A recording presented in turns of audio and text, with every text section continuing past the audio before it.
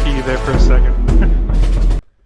All right, pay attention extremely closely today, guys, because today is very, very important. So today we're talking about what's called fighting inside the bubble. Now you're probably asking, what is the bubble? Quite put simply here, you're going to see a fight after we get through these graphics. And I'm going to kind of walk through how typically somebody gets into the bubble and why you want to be there. So here we see a classic situation where we have a buccaneer going at very high speeds. And we have a gladiator pilot deciding to pre-nose ahead, predicting motion so that he can gain the slot or gain the distance he needs to apply damage at the high speeds that he's looking for. So once we nose over, we accelerate through after we've done our prediction. We orientate our wings so that we're pulling up onto our target, and we're continuing to push towards the target, and we're trying to stay within that 800-meter zone. Eventually what will end up happening is as the enemy fighter noses on towards you and gets lock on you at the high speeds, what ends up happening is you're going to start to slow down. If you have a lower turn rate, you're going to start to slow down your ship as the nose gets on. So once the enemy has his nose on you, you begin to slow down. You can do this with throttle control, or you can do this with the speed limiter, right? What you want to do is your distance that you start to play in starts to get smaller and smaller until you're within your SCM speeds, and then you can start doing S turns, J hooks, and fighting for position. But when it comes to high speeds, once you get those nose on, you're going to start slowing down gradually until you can start getting to within what you want. And what we're looking at is you look at the size or the zone that I have to play with. My bubble, my zone of control, is much smaller than the enemy who is at a higher energy state. So he needs to expend more energy, use more boost, and still keep fighting to get his nose on target without having to get slower. So the larger ship with the less turn rate wants to slow the fight down so he can get within a smaller bubble, whereas the faster, more nimble ships are more comfortable at higher speeds being able to still maintain nose control on them. So fighting inside the bubble is good for ships like the Gladiator, and this is just a basic combat maneuver that everyone needs to understand. Is once you nose off against your enemy, you start dropping your speed so that you have more zone, you have more response time, you have quicker thruster placements or quicker thruster movements so that you can avoid fire, create faster deflections, start corkscrewing, that kind of thing. And these techniques help you really understand. So when we watch this fight, I want you to envision this in your head, that once we do the pre-nose, you'll see my speed start to slow down so that I maintain target, so that I maintain nose control on the enemy all the way through the fight. And something like the Gladiator, it's a very, very tough ship, so we don't need to worry too much about evasiveness because the Gladiator is a big fucking tank. It just wants to soak damage, and boy can she dish it out, right? So let's take a look. Just came in right after.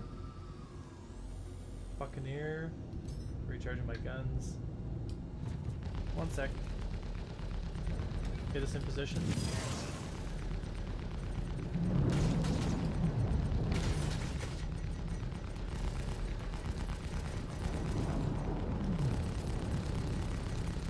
Target destroyed. Splash 2.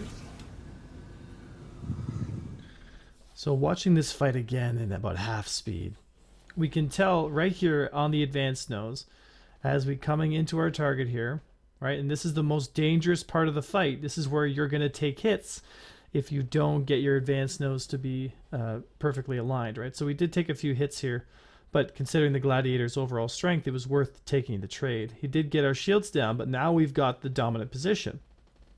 And I'm slowing my ship down as I continue like strafing and pitching up to cancel his momentum, right? Like in a previous video, we were talking about canceling momentum, right? So I'm strafing up with him, so my turn rate has it becomes less of a problem for me to maintain target time. But I'm also like lowering my overall speed, so my circle is tighter so that I can maintain target acquisition on him. Let's take another example and another look at another fight where we do the exact same thing. Pay very close attention during this fight as to what's going on with the throttle and what the position against my enemy is.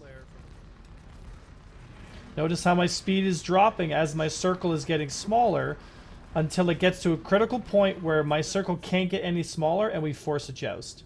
Unfortunately, in this case, because I have a good turret gunner, he didn't even make it through the second turn, but the fundamentals here are what's important. So we're going to look at one more example where fighting inside the bubble is still effective at even really high speeds as long as you can, again, maintain the distance. So proper throttle control in these situations is really what's going to get you on top. So here we go with the nose over, watching, looking at our target, predicting the motion direction that they're going to go. And you can see he's looking at what my nose is doing and he's thinking, maybe I should kind of back off. And as we start to see him dive towards us, he just crossed 2 kilometers instantly, so we know he's coming towards us. We advance nose over, predict the direction path he's going to go, keep our turret in line, and here we go. Now look at my speed. My speed is dropping dramatically and staying low. And then as soon as I crest the bottom of that turn, I need to make sure I stay distance. So I jack my throttle up and I continue on. But it's very important that I slowed down and I fought inside that bubble as long as I could. And as soon as I was falling out of the bubble, I slammed on the accelerator, closed the distance, and made the kill. That's pretty much it, guys.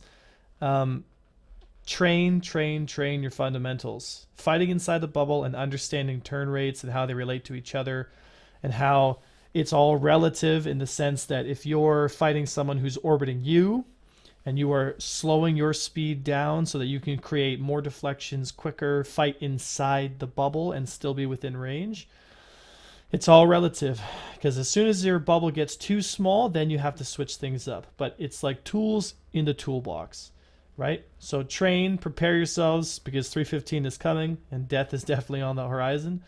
So whether you're a pirate or you're a security personnel, I honestly believe that everybody in Star Citizen deserves a chance to understand how to play the game to the highest level they can, so they can either protect themselves or open up new gameplay avenues that perhaps they weren't thinking about. Alright guys, that's it for me today. I hope you enjoyed the video. This is the second part of our 3-part Gladiator series, which we'll be releasing tomorrow. Thank you so much for all this support and love. Please like, share, and subscribe if you feel like this content's worth watching. And I'll see you guys all out for the next stream. I was Avenger 1, and I'll see you next time.